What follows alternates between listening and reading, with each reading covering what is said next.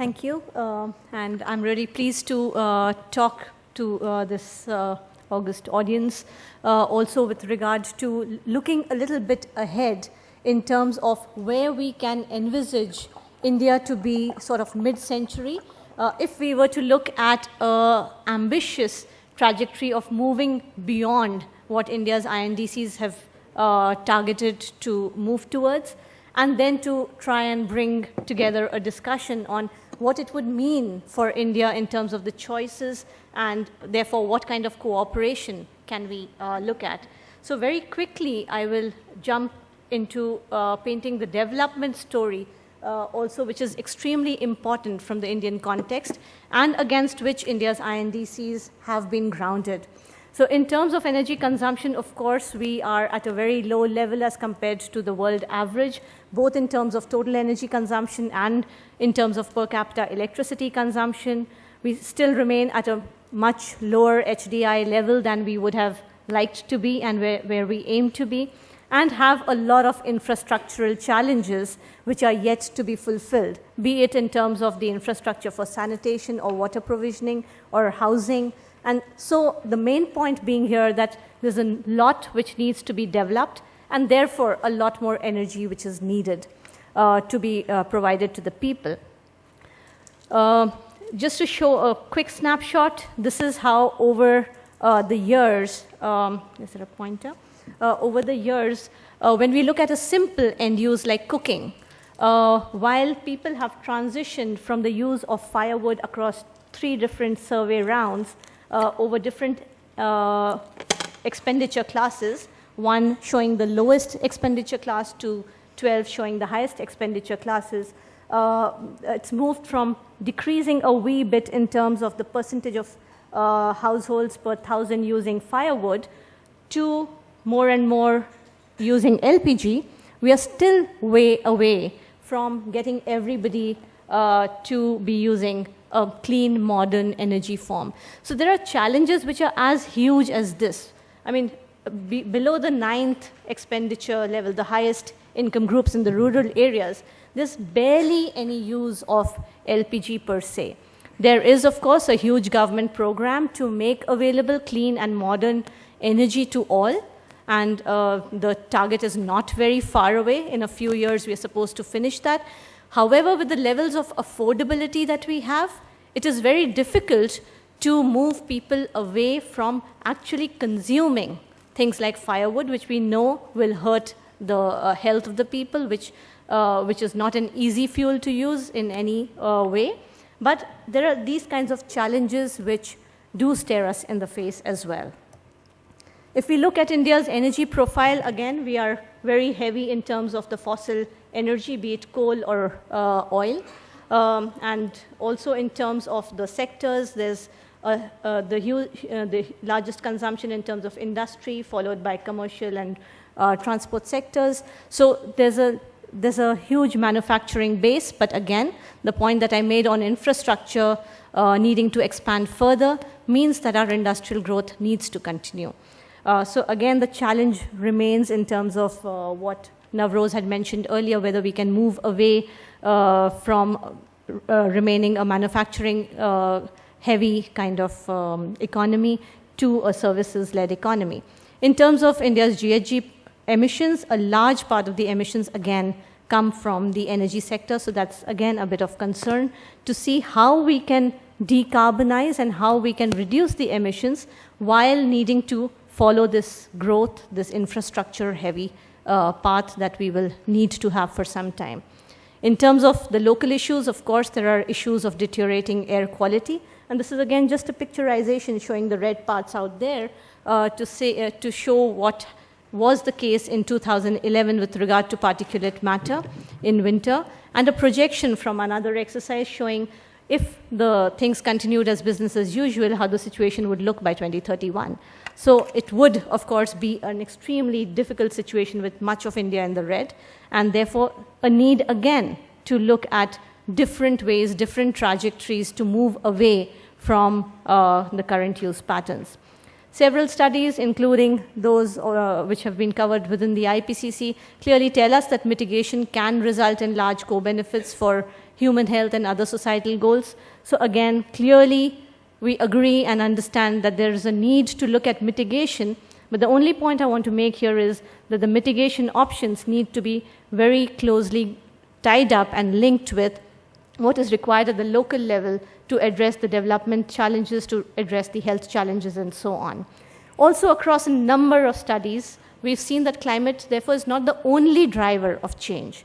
There have been a number of scenarios that have been developed for the country, and there have been a number of efforts to look at what needs to be done and where, in terms of looking at energy security considerations, in terms of looking at local air pollution concerns and health concerns, and so on. And the good part is that all of these scenarios ultimately, in a sense, tend to converge. So the main and key kind of bullets which are good in the long run are fairly well known, are fairly well understood, and luckily are also closely tied together. These 2-3 key bullets are always energy efficiency, which can of course bring in a big change into reducing the levels of demand which we could have in the future. Renewables, which clearly are a clean source of energy and therefore also have the potential to reduce emissions to a great extent. And electrification of many of the end users, which could tend to move us away from direct fossil fuel use to electricity, which can in the long run be decarbonized much faster and much larger. So it is essential to have these 3 bullets come together to transform the climate change challenge into sustainable development opportunities. And that's where we look at India's INDC in terms of where it is headed and what it could do in terms of trying to address a more ambitious trajectory. What would it mean for India? So very quickly, if I look at the CO2 emissions trajectory, which is likely all the way up to 2051 through an INDC target, that's the black line out there. And we tried to do a what-if kind of scenario to represent a more ambitious level going beyond 2031 through one of the collaborative projects with several of the EU partner countries to see if we wanted to bend this curve downwards, what are the kinds of elements which we will see needing to scale up larger or come into the solution.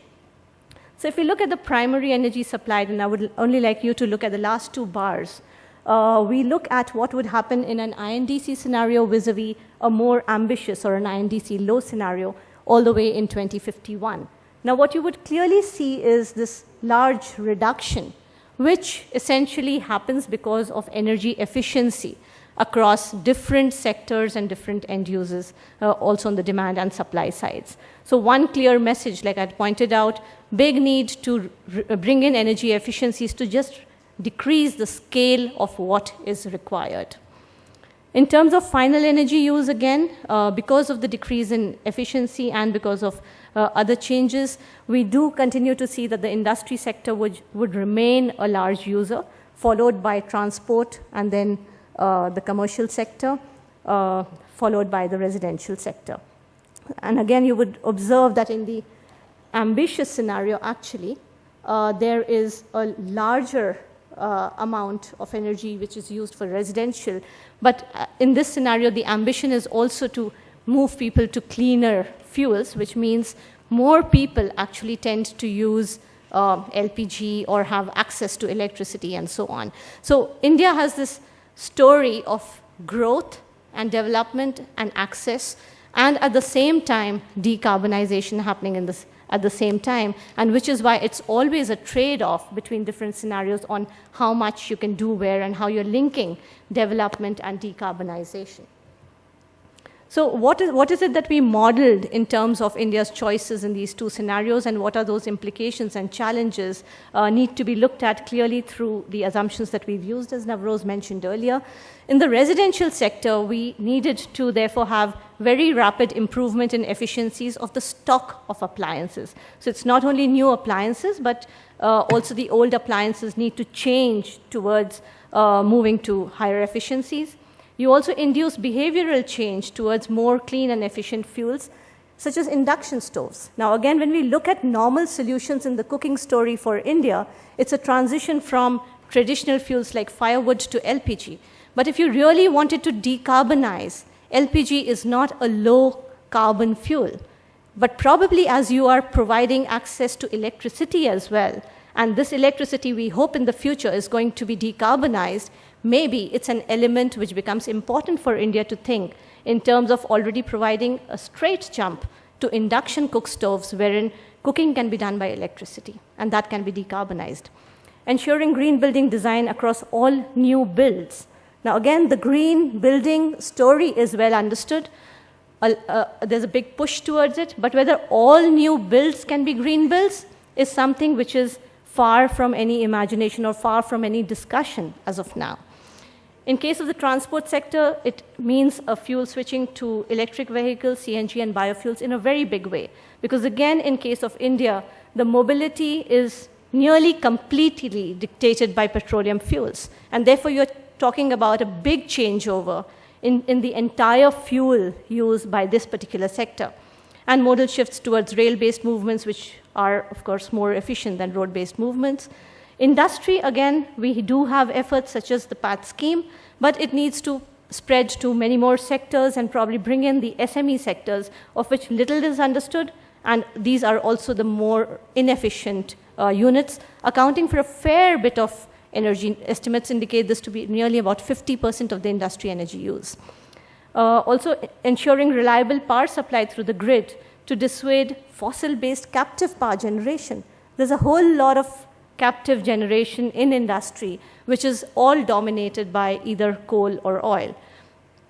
In case of power, again, there's a very big need to ramp up renewables massively, including premature retirement of fossil-based capacities.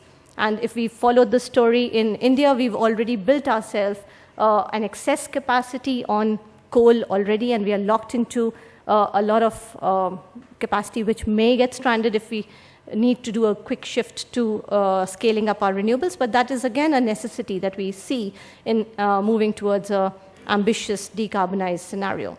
So technologies, again, such as solar with storage need to become commercially viable. And when I say commercially viable, it means solar plus battery, which gives enough storage, needs to come down to a cost below ₹5 or so now, because that only then will we be able to scale up really rapidly. So a glimpse into the efforts needed really show that in the INDC low scenario, you could bring down the amount of coal, you could bring down the amount of fossil-based use to quite an extent, but renewables really need to ramp up, as shown by this purple and blue bars and the orange bars. So that is a whole lot of scaling up of renewables which is required, and therefore I think the call that I'm really making out is for these technologies to ripen and come of age at a global level, because it's not, again, India which as a country can move technologically towards many of these areas that it needs to move towards. So also at a global level, if we need to look at being well below a 2 DC level, then probably we need to also look at a rational and justified basis for allocating these budgets and relook where we can bring in more change. Is it also negative emission technologies which could be adopted by the developed world? Maybe that's an area which needs to be pushed even more. Also in terms of looking at where are the best options and alternatives for India, we need to keep in mind the development path and the development challenges, and therefore looking at the entire holistic story in terms of the implications of economic loss, in terms of looking at the implications on inequities creeping into the system. All of these need to be kept at the center of going ahead. So again, implementation is going to therefore be a huge challenge, especially if we look at the renewable story that I talked about. But it is continuing and upscaling all of these efforts, which are already into our INDC trajectory, that need to be pushed much, much more strongly and in a much more accelerated manner. So at this point, I will basically stop by saying that the major concerns, therefore, relate largely to going ahead faster in terms of our electrification based on renewables and looking at how we manage the changes in the power sector, in particular with regard to grid strengthening, with regard to technology, with regard to avoiding the lock-ins, and so on. And we'll wait for the discussions, but maybe we can come back to how we can bring together all of this implementability much faster through cooperation. Thank you.